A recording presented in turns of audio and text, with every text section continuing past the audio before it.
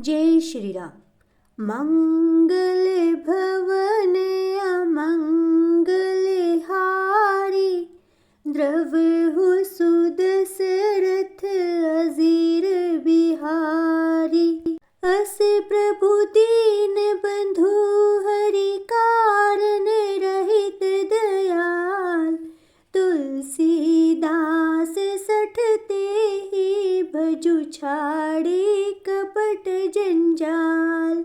श्यावर रामचंद्र की जय, पवन सुत हनुमान की जय, हरे हरे महादेव की जय। अर्थात प्रभु श्री रामचंद्र जी ऐसे दीन बंधु और बिना ही कारण दया करने वाले हैं। तुलसीदास जी कहते हैं, हे मन, तू कपट जंजाल को छोड़कर उन्हीं का भजन कर। चले राम लक्ष्मण मुनि संगा, गए जहाँ जग पावनी गंगा। गाधि सुनो सब कथा सुनाई, जेहि प्रकार सुर सरी मही आई। अर्थात श्री राम जी और लक्ष्मण जी मुनि के साथ चल पड़े। वे वहां गए जहाँ जगत को पवित्र करने वाली गंगा जी थी। महाराज गाधी के पुत्र विश्वामित्र ने वह सब कथा कह सुनाई, जिस प्रकार देव नदी गंगा जी पृथ्वी पर आई थी। तब प्रभु ऋषि न समेत नहाए, विविध दान मही देव नहीं पाए। हर्षि चले मुनि वृंद सहाया, बेगी विदेह नगर नीराया। अर्थात तब प्रभु ने ऋषियों सहित गंगा जी में स्नान किया। ब्राह्मणों ने भांति भांति के दान पाए। फिर मुनिवृंद के साथ वे प्रसन्न होकर चले और शीघ्र ही जनकपुर के निकट पहुंच गए। पूरे रमयता राम जब देखी, हर से अनुज समेत विशेषी। बापी कूप सरित सर नाना, शलील सुधा सम मुनि सुपाना। अर्थात श्री राम जी ने जब जनकपुर की शोभा देखी, तब वे छोटे भाई लक्ष्मण सहित अत्यंत हर्षित हुए। वहां अनेकों बावलियां, कुएं, नदी और तालाब हैं, जिनमें अमृत के समान जल है और मणियों की सीढ़ियां बनी हुई हैं। गुंजत मंजुमत रस भृंगा, कुजत कल बहु बरन बिहंगा। बरन बरन बिकसे बन जाता, त्रिविध समीर सदा सुखदाता। अर्थात मकरंद रस से मतवाले होकर भौरे सुंदर गुंजार कर रहे हैं। रंग बिरंगे बहुत से पशु पक्षी मधुर शब्द कर रहे हैं। रंग रंग के कमल खिले हैं। सदा सब ऋतुओं में सुख देने वाला शीतल, मंद और सुगंध पवन बह रहा है। सुमन बाटिका बाग बन विपुल बिहंग निवास। फूलत फलत सुपल्लवत सोहत पुर चहु पास। सियावर रामचंद्र की जय, पवन सुत हनुमान की जय, हरे हरे महादेव की जय। अर्थात पुष्प वाटिका या फुलवारी बाग और वन, जिनमें बहुत से पक्षियों का निवास है, फूलते फलते और सुंदर पत्तों से लदे हुए नगर के चारों ओर सुशोभित हैं।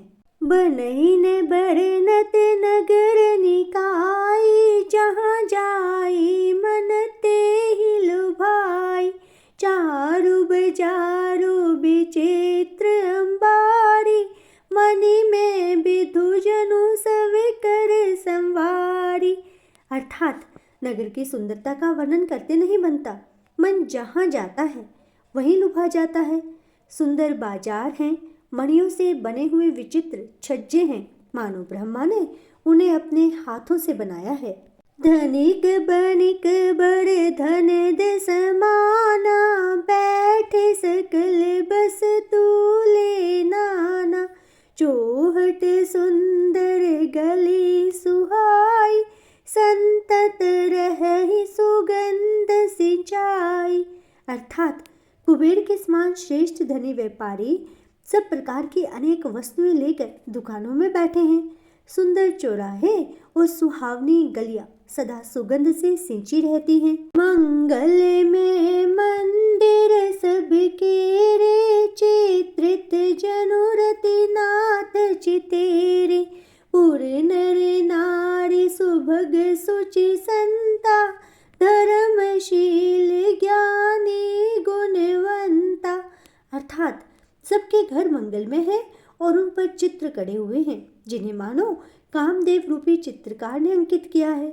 नगर के सभी स्त्री पुरुष सुंदर, पवित्र, साधु स्वभाव वाले, धर्मात्मा, ज्ञानी और गुणवान हैं।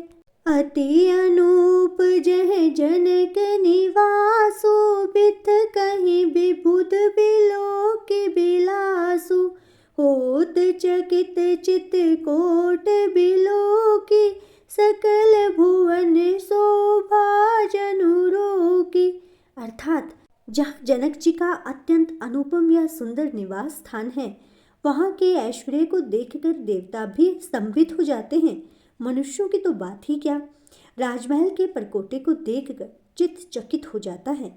ऐसा मालूम होता है मानो उसने समस्त लोगों की शोभा को ही रोक रखा है। धवल धाम मणिपुर टिपट, सुगठित नाना भांति। श्री निवास सुंदर सदन, शोभा किमि कही जाति। श्यावर रामचंद्र की जय, पवन सुत हनुमान की जय, हर हर महादेव की जय। अर्थात उज्जवल महलों में अनेक प्रकार के सुंदर रीति से बने हुए मणि जड़ित सोने के जरी के पर्दे लगे हैं। सीता जी के रहने के सुंदर महल की शोभा का वर्णन किया ही कैसे जा सकता है। सुभग द्वार सब कुलिस कपाटा, भूप भीर नट मागध भाटा। बनी विशाल बाजी गजशाला, है गे रथ संकुल सब काला। अर्थात राजमहल के सब दरवाजे या फाटक सुंदर हैं, जिनमें वज्र के समान मजबूत तथा हीरे के चमकते हुए किवाड़ लगे हुए हैं। वहाँ मातहत राजाओं, नटों, मागधों और भाटों की भीड़ लगी रहती है। घोड़ों और हाथियों के लिए बहुत बड़ी बड़ी घुड़शालाएं और गजशालाएं बनी हुई है, जो सब समय घोड़े, हाथी और रथों से भरी रहती हैं। सूर सचिव सेनप बहु तेरे, नृप गृह सरिस सदन सब केरे। पुर बाहेर सर सरित समीपा, उतरे जह तह विपुल महीपा। अर्थात बहुत से शूरवीर मंत्री और सेनापति हैं। उन सब के घर भी राजमहल के जैसे ही है। नगर के बाहर तालाब और नदी के निकट जहाँ तहाँ बहुत से राजलोग उतरे हुए या डेरा डाले हुए हैं। देखी अनुप एक अविराई, सब सुपास सब भांति सुहाई। कोशिक कहूँ मोर मनुमाना, इहा रहिए रघुबीर सुजाना।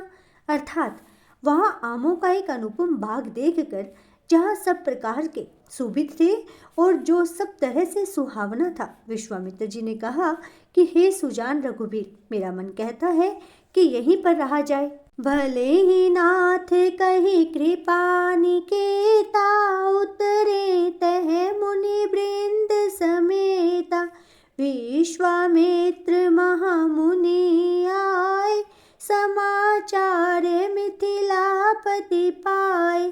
अर्थात कृपा के धाम श्री रामचंद्र जी बहुत अच्छा स्वामी कहकर वहीं मुनियों के समूह के साथ ठहर गए। मिथिलापति जनक जी ने जब यह समाचार पाया कि महामुनि विश्वामित्र आए हैं, और इसके साथ ही आज का श्री रामचरितमानस का पाठ संपूर्ण होता है। कल आगे के श्री रामचरितमानस की कथा का श्रवण करने के लिए हमसे जुड़े रहें, और यदि अभी तक आपने इस चैनल को सब्सक्राइब नहीं किया है तो इसे सब्सक्राइब करें, और यदि आपको ये वीडियो थोड़ी भी अच्छी लगी हो तो प्लीज़ इसे लाइक करें। जय श्री राम।